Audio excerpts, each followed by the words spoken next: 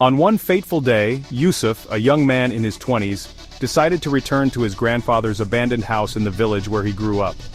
He had heard about this house since childhood, but his grandfather had passed away many years ago, and no one had visited the place since.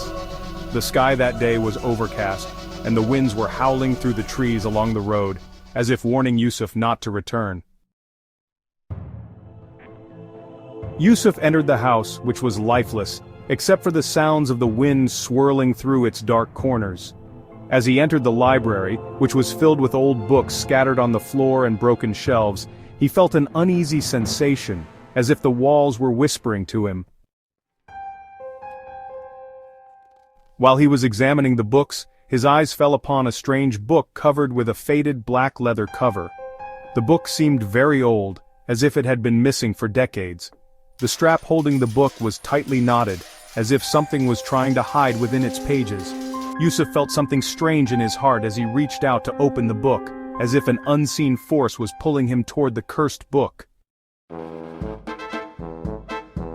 The moment Yusuf opened the book, the temperature in the room suddenly rose unnaturally, as if it had caught fire with a flame unseen by the eye.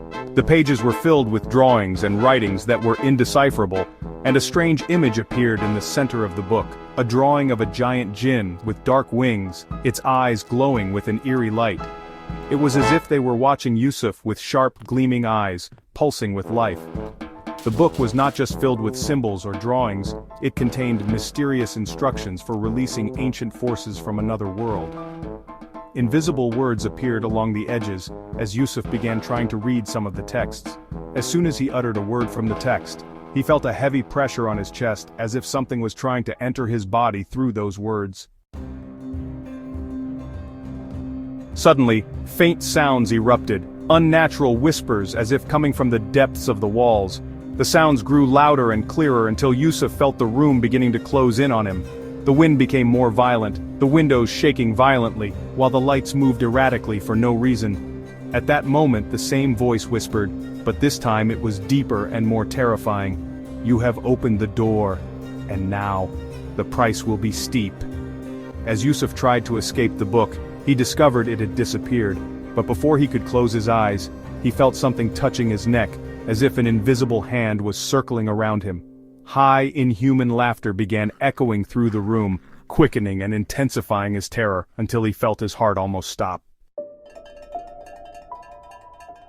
Then, the doors and windows began to close suddenly, as if the whole room had become a prison.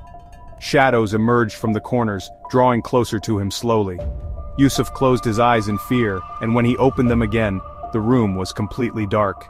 He felt something heavy on his chest, as if his very soul was being pulled from him, and with every step he took, the darkness followed him, growing larger. But what terrified him the most were the whispers that grew closer to him. They were strange words, like ancient incantations, echoing in his ear. "You are ours now. You will never escape." The voices moved around him, as if the Jinn released by the book had become part of him. At that moment Yusuf realized that the book hadn't just disappeared, it had bound itself to him forever. The darkness seeped into his mind and heart. Every time he looked into a mirror his eyes grew more luminous, as if the Jinn spirit which the book had released was living inside him. Since that night Yusuf had become someone else. He no longer spoke, he no longer smiled, and his eyes glowed in the dark. He would vanish into the shadows, fleeing from everyone who saw him, while he whispered strange words to himself that no one else understood. And every night he would hear strange sounds from the walls, whispers returning to his ear. The book is not the end, but the beginning.